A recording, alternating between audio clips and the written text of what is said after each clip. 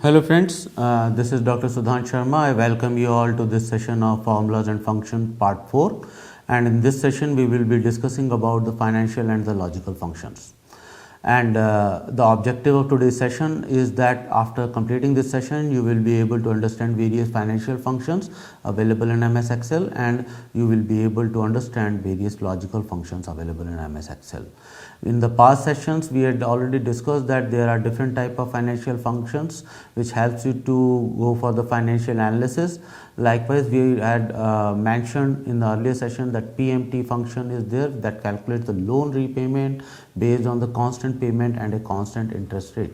We are having the rate function that returns the interest rate per period of a loan or investment, and we had already mentioned about the future value and the present value functions. In this session we will be discussing about IRR, which is a very important function, and it returns the internal rate of return on a series of regular investments.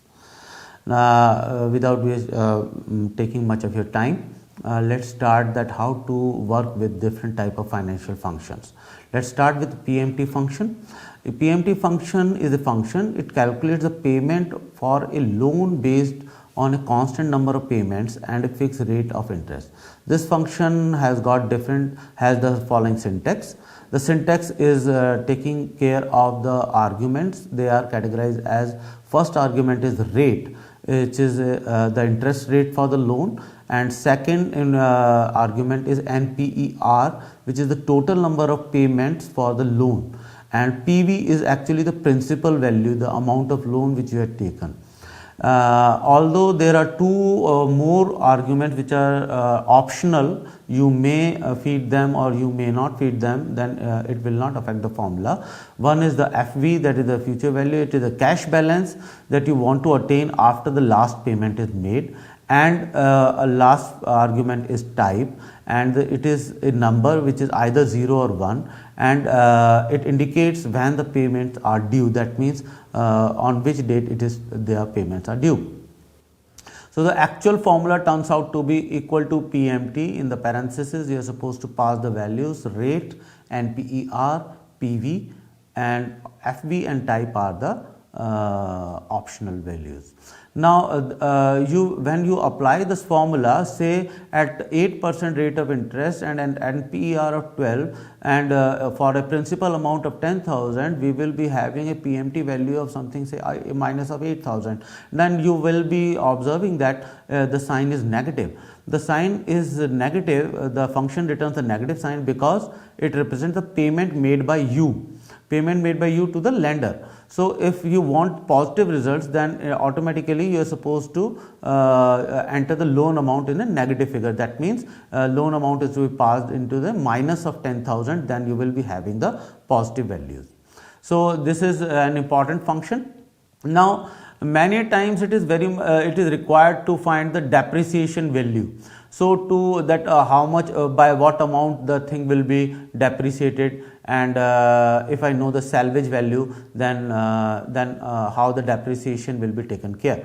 So we are having a DB function in MS Excel which takes care of the depreciation. It is a function that returns the depreciation of an asset for a specific period, and it uses the fixed declining balance method. The syntax for this DB function is that it requires the arguments are cost, salvage, life, period, and one more optional argument is required, that is month. The cost is in fact the initial cost of an asset, and salvage is in fact the asset value at the end of the depreciation, and the life parameter relates the period over which the asset is depreciated. And finally we are having the period, that is the period to calculate the depreciation for the period for which we want to calculate the depreciation. And in order to understand this formula, let's say that we are having an object whose value is, say, rupees 10,000, and say the salvage value is considered to be say rupees 2,000. Likewise, if we are purchasing a car and say it is a diesel version, then after 10 years it is supposed to be scrapped. So the cost of the car when the car is to be scrapped is in fact the salvage value. and say the life is 5 years and we want to calculate that after 5 years if the salvage value is 2000, what should be the depreciation pattern. So say the value is 10,000. So we pass on the formula. In order to have the view that how formula is varying across the Excel sheet, you are supposed to press Control and the tilt button, and how many formulas or whatever formula is available in your Excel sheet will be reflected.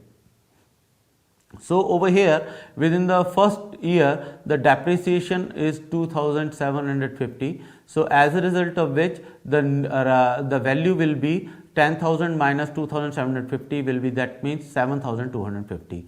And in the subsequent year, again the same formula is applied, as a result of which the pattern is reflected into the Excel sheet. And finally, we are finding that after 5 years, the value turns out to be rupees 2003. So that means an object of rupees 10,000 after 5 years of the life has a value of rupees 2003, in fact, by the formula. So this is how we can calculate the depreciation part. Now important thing is the future value.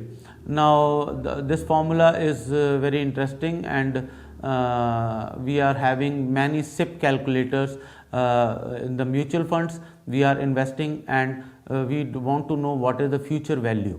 So future value function actually helps in designing say the SIP calculators. If you are investing into the mutual fund, into the market, a fixed amount at a regular interval of time, then after some amount of time you want to know that what will be the future value, then you can use this formula.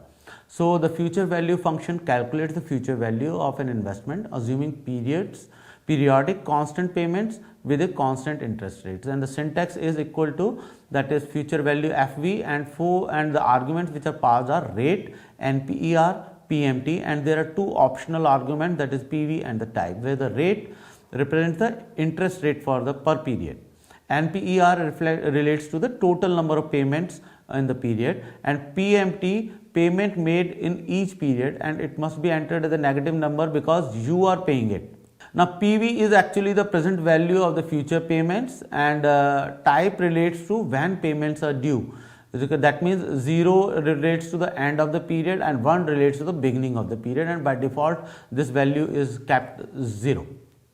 So if I am investing say 1000 rupees at an interest rate of 5% for 10 years and the compounding period per year is 12, then the future value turns out to be 1647. To simplify this, we can say that the future value, if I multiply 1647 into 120, because for 10 years at 12 payments per year, that is 120 payments are to be given. So I had paid 1000 rupees 120 times, that means 1,20,000 I had paid. But if I want to calculate that at 5% rate of interest, what should be the future value after 10 years, then it will turn out to be 1,55,200 something. So that means by using FV function, you can easily go for the SIP calculator part. You can calculate the future value of your investments. Now we are having another important function, that is NPV, and it is actually a function that present value of an uneven cash flow. Likewise, you need to understand, say I started a business by say investing rupees 800, because I invested, so this cash flow is negative because it has gone out of my pocket, and after investing 800 rupees I am receiving irregular income, say 100 rupees one day, 200 second day, 300 third day, 400 and 500 and so on. And I want to know that actually what is the net present value, what is the actual return.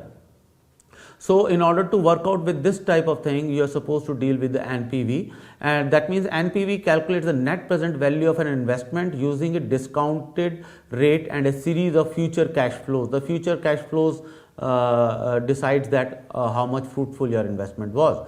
Likewise, over here we had selected two columns. One column relates to the period, and it starts with 0 and goes up to 5, and other column starts with cash flow, and it analogous to the row 0. We are having minus 800 because we are starting the business with minus 800. We are investing, so it is an expense, so minus number is to be taken care. And the subsequent period we are getting return of 100 and 200, and subsequently we are getting the different returns.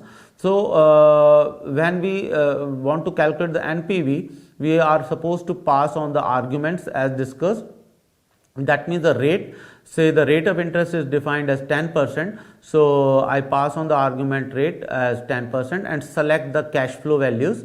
And in the last value, we are supposed to add on our investment, that is plus value of our 800 rupees. Then automatically we will get the net present value, and this helps us to decide that when our break-even will be achieved. So net present value helps us to identify the break-even point also. And IRR is again a very interesting formula. And in financial function, it returns the internal rate of return for a series of cash flow that occurs at regular intervals. So again, by the syntax is that equal to IRR, and the parentheses is supposed to pass two parameters. One is value and other is guess. Guess is an optional parameter, you may not pass it, but by simply selecting the values you will get an idea that what is in fact the rate of return. Likewise, say I made an investment of say 10,000 rupees. Again, I am supposed to keep it negative because I am investing, I am expending, so minus sign is to be there. And on the basis of that investment, I am having a income of say 2,400 rupees every year. So for 6 years we are continuously having 2,400 rupees every year. I want to know, say that what is the rate of return for the first 3 years. Then I am supposed to simply select the formula, one of the cell, and put the formula equal to IRR and select the range from first 3 years, that is from say B3 to B5. Then this will return the values, that what is the rate of return, and it turns out to be minus 15%. But the moment you select the range from B3 to B8, that means for the 6 years, you will find that the rate of return is 12%. That means after some point of time, the investment become profitable. So IRR is again an important parameter for financial decision making, and it helps you to identify that when your investment will become profitable. So there is another function which is rate, and it is an Excel function that returns the interest rate per period for annuity.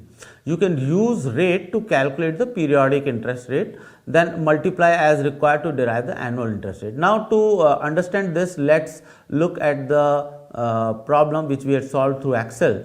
This formula requires the arguments which are NPER, PMT, PV, and 3 optional arguments. The NPER is as usual the total number of payment periods, when PMT is the payment made each period, and PV is in fact the present value, that is the present value or total value of all the loan payments. And FV, that is the future value, and gas and type are in fact the optional values which you may enter, and if you don't even enter, then it will not affect the calculation. Now how to apply this formula?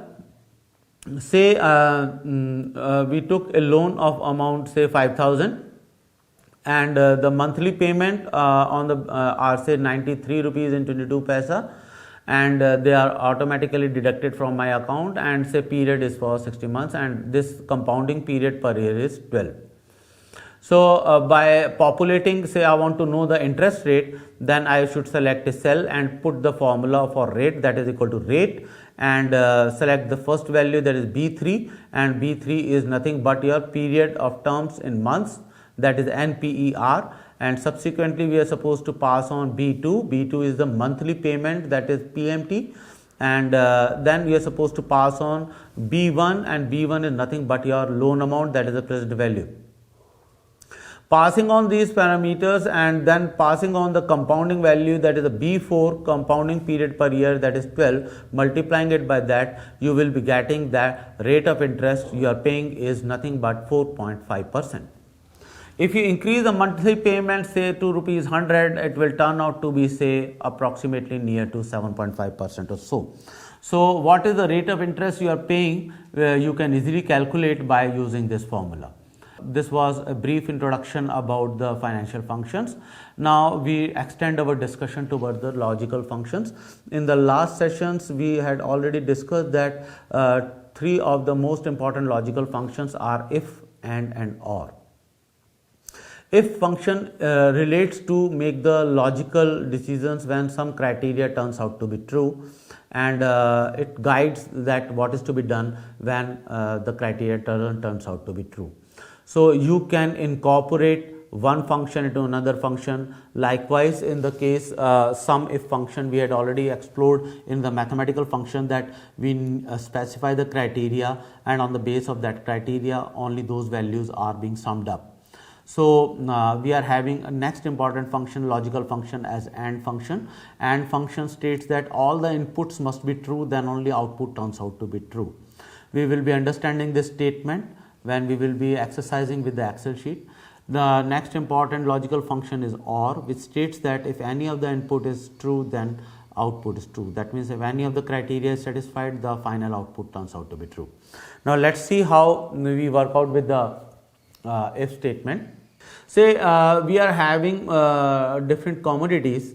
Say we are having two shops, say shop A and shop B, and the price list of shop A and shop B are listed in the Excel sheet for different commodities, like say rice and refined oil and butter of say 500 gram and butter of say 100 gram. And the price listing is given, say for shop A we are having the price of 100 rupees per kg, and in shop B we are having 120 rupees. Then we want to make the decision that which shop is to be opted for, and the criteria is say whose the rate is less. So we are supposed to pass on the arguments first in the formula of if. That is, we are supposed to write the formula equal to if, in the parenthesis three things are to be passed. The first is the criteria, that is the test, that means which action is to be taken care. Likewise over here we can say that if price is greater than if B2 is greater than C2, that means price of shop A is greater than price of shop B, then opt for shop B, otherwise opt for shop A. So automatically the decision will be taken care, and as you are seeing into the Excel sheet, that shop A is reflected as an option for rice and refined oil, whereas shop B is reflected as option for butter of 500 gram and 100 gram. So logical test is the first argument which is being passed in the if formula, and if the logical test is passed, that is if the return value is true, then the second argument is reflected, and if it turns out to be false, then third argument is reflected. If is a very useful function, you can nest the if, that means you can use the if clause within another if, and multiple ifs can be used to make multi-criteria decision making. Now we are having an AND function. AND function relates to, as it is already said, that when all the inputs are true, then output is true. So say we want to take the decision that if a person is having some age and some nationality, and the person is active or not, then we want to take the decision that the person is having the voting rights or not. So we are having say three columns, say one is age, other is your nationality or citizenship, and third is that whether you are active or not. So I write the formula in the fourth column, that is equal to, and I pass on the value, write the formula, and in the parenthesis I want age should be greater than 18. So A2 greater than equal to 18. Now I want that person should be say Indian, say so comma B2 equal to, within the parentheses, within the quotes it should be written Indian, and comma C2 equal to, within the quotes it should be written active. If all the three are satisfied, then the result turns out to be true. Now over here, we in the first row we are seeing that age is 17, citizenship is Indian, and status is active. Even then the voting rights are false because the age is less than 18. So we can copy this formula into the respective cells in the column D, and we will find out that what is the voting status, and subsequently many of them will be eligible and maybe some are ineligible. Now we can use AND function in the if function. That means nesting of the function. We can use one function in another function. Likewise, we want to say explicitly want to decide the machine that whether a person can vote or not. We don't want the result to be in the format false or true. So I draft a formula under the column E. I write the formula equal to if, within the parentheses I pass on the test value, that is AND, within the parentheses A2 greater than 18 comma B2 equal to within the quotes Indian comma C2 equal to, within the quotes active, and if this turns out to be true, the return value should be vote. So comma within the quotes should be vote, and if the test turns out to be false, then within the quotes it should be cannot. I copy this formula in the column E, and I find that at many points where the false is there, it is correctly identified that the person cannot vote, and where the true is there, it is correctly identified that the person can vote. So we can nest, we can play with the functions by embedding one function into another function, and we can design our own functions. Now we are having OR. OR is the function which returns the value if any of the input is true. Likewise, say the first row says that if I start the eligibility criteria as a person should be greater than 18, but and person should be Indian and person should be active, then only the person can vote. And I want to take the decision, but if any of the if there is a policy that if any of the parameters is true, then the person can vote. Then the formula should be equal to OR A2 greater than equal to 18, B2 equal to, within the quotes Indian, C2 within the quotes active. If any of the situation, if any of the condition is false, turns out to be satisfied, then the person can vote. So within the first row, we find that age is 15 and citizenship is not Indian and status is inactive. So all three condition turns out to be false. Under that situation only the return value is false. Otherwise, if any of the condition is true, then OR returns the value true. I hope you got an idea that how to use one function in another function. You got an idea about the financial functions. You got an idea about the statistical functions, logical functions, and you can use the financial functions within the logical functions. You can use logical functions in the financial functions. It's up to your designing. I hope you will be able to practicize these sheets by writing the formulas into the Excel, and you will really understand the moment you apply the concepts. Thank you.